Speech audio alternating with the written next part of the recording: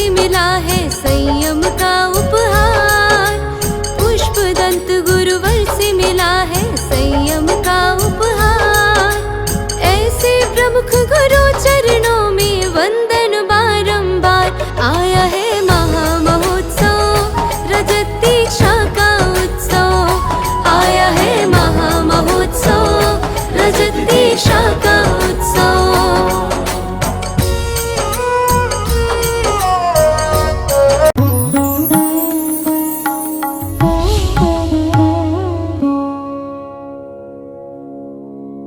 हमारी चर्चा चल रही थी, तिल तिल करें देह के खंड, दुष्ट बिढ़ावें असुर प्रचंड, सिंधु नीर ते प्यास ना जाए, तो पण एक बूंद ना लाए। आप विचार करना, हमारे जिनागम में दो नाम ऐसे आते हैं जो लड़ाने का काम करते हैं। एक असुर कुमार जाति के देव और दूसरे नारद। आप विचार करो, नारद भी जब कहीं होते हैं, नारद कहते हैं कि उन्होंने भी कहीं पर भी जाकर कोई बिगुल बजा दिया तो वहां पर झगड़े शुरू हो जाते हैं। कहीं पर भी जाकर वो अपनी बातों को रख देते हैं तो वहां पर विवाद की स्थितियां बनती हैं। महाभारत में भी आता है कि उन्होंने द्रौपदी के साथ, या जिनका रूप के कारण से उन्होंने उसका अपमान किया, दर्पण में वो देख रही थी और दर्पण में उसी वक्त नारद पहुंचते हैं तो उसका अपमान कर देती है, तो नारद भी उससे बदला लेकर उसका चित्र बनाकर उसका अपहरण करा देते हैं। विचार करो, हमारे जीवन में ये दो व्यवस्थाएं हैं, इनसे बचने का प्रयास करो। हम अपने जीवन में अगर आगे बढ़ना है, हमें अपने जीवन में सफलता प्राप्त करना है, तो सकारात्मक सोच लेकर आने का प्रयास करो। हमारी दृष्टि अच्छाइयों पर जाने का प्रयास करें। संसार में ऐसा कोई व्यक्ति नहीं है जिसके अंदर कोई ना कोई अच्छाई ना हो, और संसार में ऐसा भी कोई व्यक्ति नहीं है जिसके अंदर कोई ना कोई बुराई ना हो। देखने वाले की दृष्टि है। हर मकान में एक दरवाज़ा भी होता है और मकान की गंदगी को निकालने के लिए नाली भी होती है। तो हमें इतना ही ख्याल करके रखना है कि हमें संसार में अपने आप को पार लगाना है, तो हमें असुर जाति के देव नहीं बनना है। असुर जाति के देव, यहाँ का अभ्यास उनका इतना तगड़ा हो जाता है, नरक में भी जाते हैं तो नरक में भी वो तीसरे नरक तक लड़ाने के लिए जाते हैं, और लड़ाते कितने अच्छे तरीके से।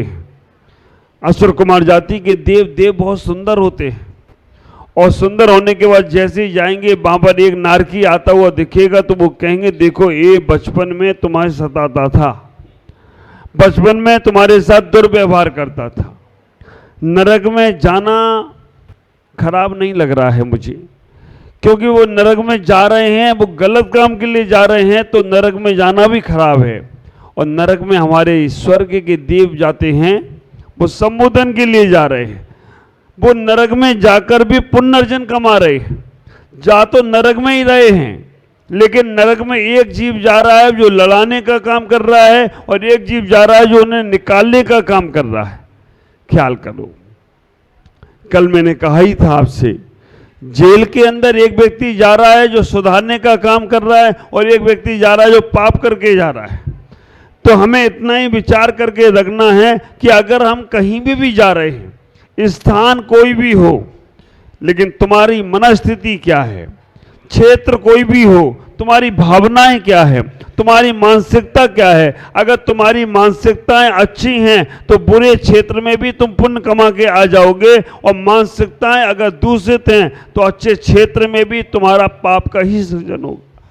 ख्याल करो, वो छोटा सा उदाहरण आप सब लोगों ने सुना होगा और पढ़ा भी होगा। सुना होगा, पढ़ने को तो कहाँ तुम्हारे पास फुर्सत है ना। जिनवाणी मंदिर में रखी हाँफ रही है, कोई आ जाए एक आध पढ़ने के लिए तो एक नहीं पढ़ते हैं, ग्रंथ धूप में सूख जाते हैं, फिर अंदर लग जाते हैं। आपने एक उदाहरण सुना होगा कि एक मंदिर के सामने एक नाचने वाली वेश्या का घर था, नृत्यकाय का घर था। और आप विचार करके रखना, मंदिर में जो पुजारी रहता था उसका भाव दशा देखो और वो नाचने वाली का भाव दशा देखो।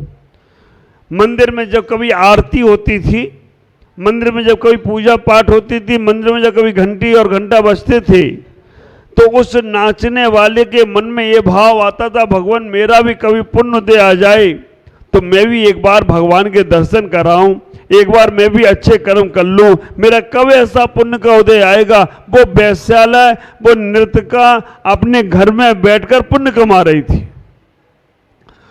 और जब शाम का समय होता था, आरती का समय होता था, उसी समय वो नाचने वाले के घर से घुघरुओं की आवाज आती थी, संगीत की आवाज आती थी।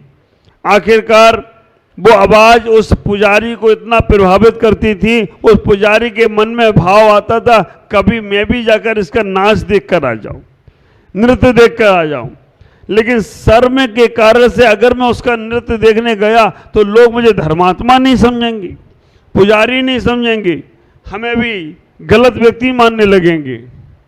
ख्याल करना, भले ही वो तन से गलत ना हो लेकिन वो मन से गलत था, भले ही वो तन से सही ना हो लेकिन वो मन से सही थी।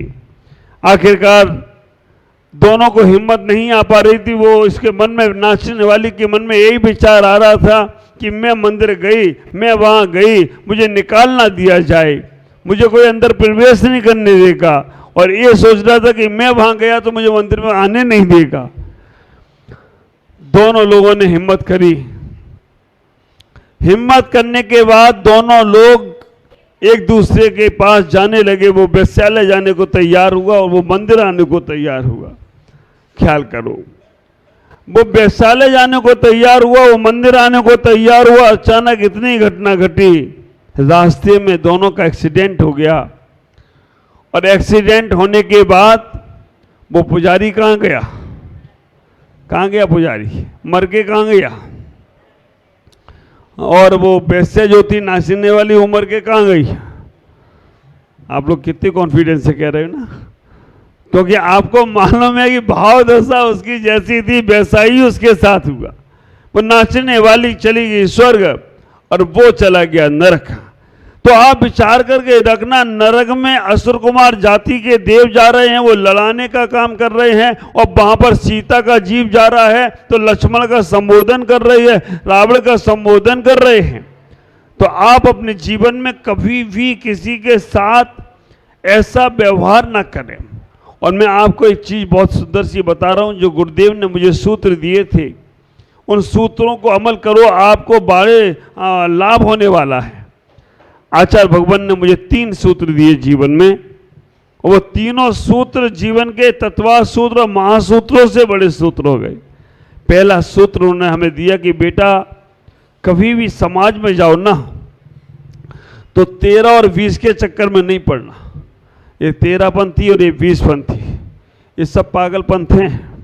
क्योंकि 13 वाला 13 करता रहेगा, 20 वाला 20 करता रहेगा, और तुम्हें उलझा देगा, और तुम्हें उलझाकर अपने में रह जाएगा। बा जिंदगी के ललित जी ने जब पूछा ना मुझसे, महाराज अब 13पंथी हो या 20पंथी हो, मैंने इतना ही कहा, इस सब पागलपंथ हैं। मैं 13 ना 20 में तो आगमपंथी हूं, और आगम के पथ में जाता हूं, और आगम का पथ ही स्वीकार करता हूं। आप विचार करके रखना, मेरे गुरुदेव ने ऐसी बात मुझसे कही कि बेटा, जहां जाओ जो परंपरा हो, उस परंपरा को विवेक के पूर्वक कैसे करना है उससे सिखा के आओ। और मैं आपसे भी कहता हूं कि आप भी इनमें उलझो मत। आप जो करते हो उसे अच्छे तरीके से करो। अगर आपने अपने मन में ये ले आया कि वो गलत कर रहे हैं, वो अच्छा कर रहे हैं, उनको ऐसा नहीं करना चाहिए, उनको ऐसा नहीं करना चाहिए, ख्याल करना, वो तो करके भी पाप कमाएंगे या नहीं कमाएंगे, लेकिन हम बिना किए ही पाप कमा लेंगे। हमें इतना ही विचार करना, सबके पास सबकी परंपरा है, हमें किसी का निषेध नहीं करना है। स्यादवाद के हम पुत्र हैं, स्यादवाद अनेकांत की शैली हमारी होना चाहिए। जिनको जो करना है वो विवेक के साथ करें। हमारा धर्म विवेक का है, हमारा धर्म समझ का है। विचार करना, इतनी घटना घटती है कि हमारी दृष्टि में जो भाव दशा होता है वैसा हमारा जीवन होने लगता है। हमें अपने मन को, परिणामों को अच्छा रखना है। हम मंदिर आ रहे हैं, गुरु के पास आ रहे हैं या और कहीं जाते हैं तो मन अच्छा रहता है तो हमारा सब कुछ अच्छा होता है। और मन जहाँ ही खराब हुआ तो विचार करके रखना, आपका योग तो अच्छा है, दो चीज़ें और समझ लो आगम की हैं, योग और उपयोग। योग और उपयोग को समझने का प्रयास करो। योग का मतलब है हमारा शरीर, मन वचन काय, जो शरीर है, वचन है या मन है, ये हमारा योग है ना। मन तुम्हारे पास है, मनोयोग, वचन योग और काय योग। ये तीनों, मन योग, वचन योग, काय योग, ये तुम्हारा शुभ हो सकता है, लेकिन तुम्हारा शुभ योग में उपयोग अशुभ हो सकता है। मन तुम्हारा है, योग है, लेकिन मन का उपयोग जहां जा रहा है, अगर मन का उपयोग गलत चीजों में जा रहा है तो आपका उपयोग गलत है। वचन से आप बोल रहे हो, घर में कोई मेहमान आ गया और वचन से आप बोल रहे बहुत अच्छा हुआ आप आ गई, और आपके मन में चल रहा है दुष्ट कब जाएगा, तो वचन योग आपका अशुभ चल रहा है।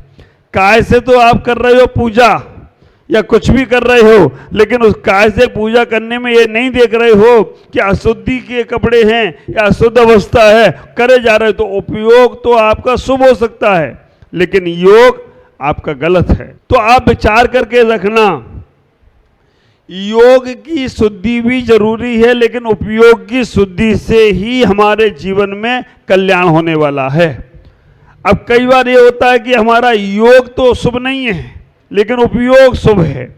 योग का मतलब है शरीर, हमारे कपड़े गंदे हैं, हम लैट्रिन बाथरूम के कपड़े हैं, हमारा उपयोग में चल रहा है भगवान मैं शुद्ध हो जाऊं। बीमार व्यक्ति है, वो शुद्ध नहीं हो सकता है, उसको शरीर में बहुत सारी बीमारियां हैं और बहुत सारे शरीर में मशीनें लगी हैं या शरीर में बहुत सारी चीज़ें ऐसी लगी हैं जो अशुद्ध हैं, लेकिन उसका उपयोग सही है। आप विचार करके रखना, उपयोग सही है तो उपयोग जैसा है उसको वैसा ही फल मिलेगा।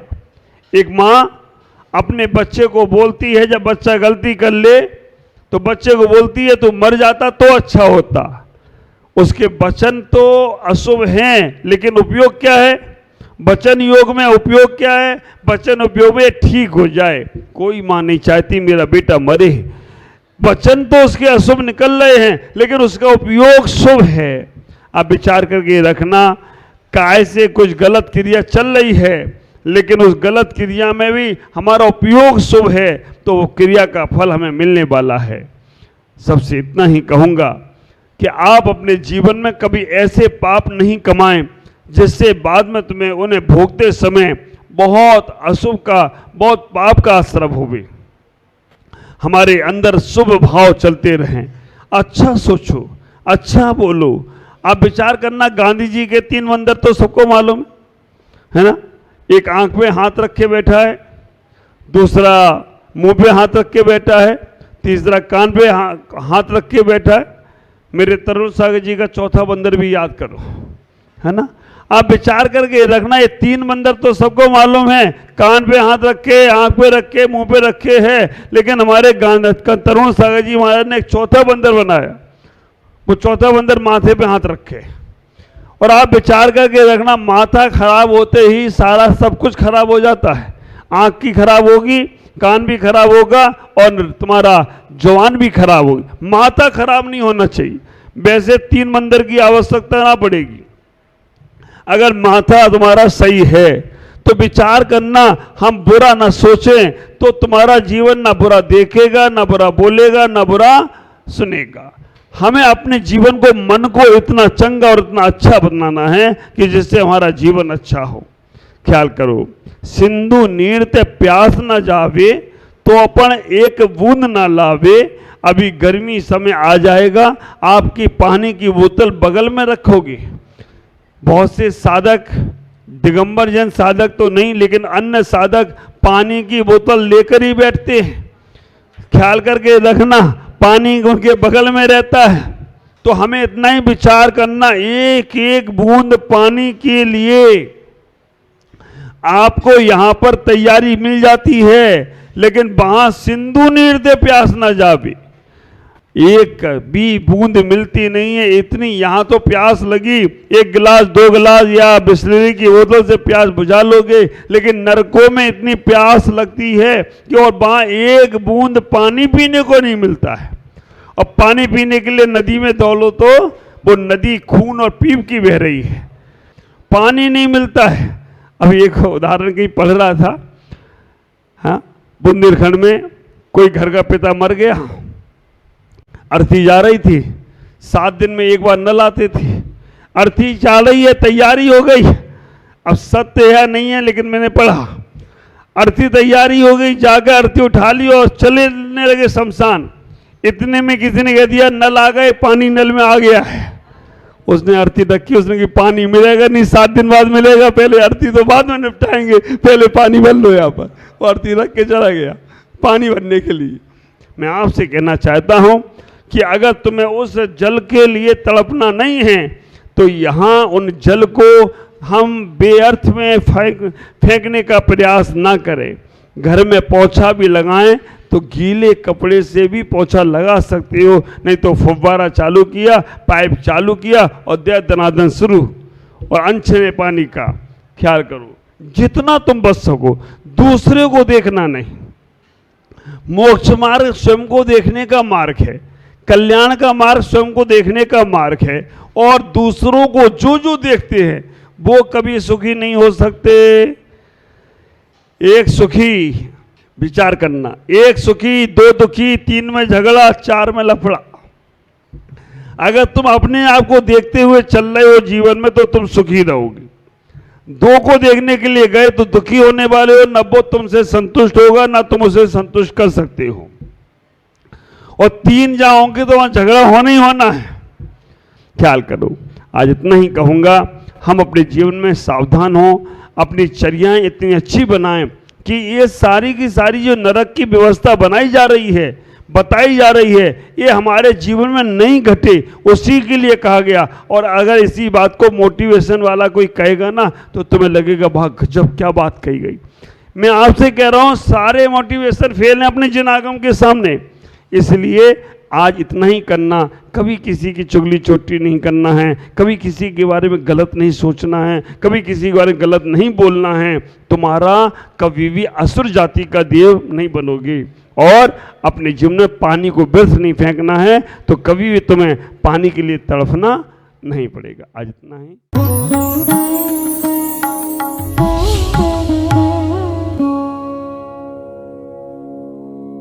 ज्ञान एवं संस्कार का अद्वितीय संगम मुनि प्रमुख सागर जैन पब्लिक स्कूल उत्तर प्रदेश प्रांत के जिला इटावा की पुण्य भूमि कुनेरा में परम पूज्य पुष्पगिरी तीर्थ प्रणेता आचार्य श्री 108 पुष्पदंत सागर जी महाराज के मंगल आशीर्वाद एवं परम पूज्य भारत गौरव आचार्य श्री 108 प्रमुख सागर जी महाराज की पावन प्रेरणा से स्थापित मुनि प्रमुख सागर जैन पब्लिक स्कूल, जहां भावी पीढ़ी को न केवल लौकिक शिक्षा प्रदान की जा रही है बल्कि भारतीय संस्कृति और उत्तम संस्कार भी प्रदान किए जा रहे हैं। यही शिक्षा समाज में जागरूकता, नैतिकता और समता का भाव जागृत कर रही है, तो वहीं ये संस्थान भविष्य का मार्गदर्शक बनकर एक सशक्त समाज के निर्माण में सहायक सिद्ध हो रहा है। इसके अलावा कक्षा 8वीं तक की शिक्षा प्रदान करने वाले इस स्कूल में पूज्य गुरुवर की अनुमति से अब कक्षा 12वीं तक के विद्यार्थी भी लाभान्वित हो सकेंगे। अब ये विद्यालय कक्षा 8वीं से 12वीं तक प्रारंभ होने जा रहा है, अतः निर्माण कार्य के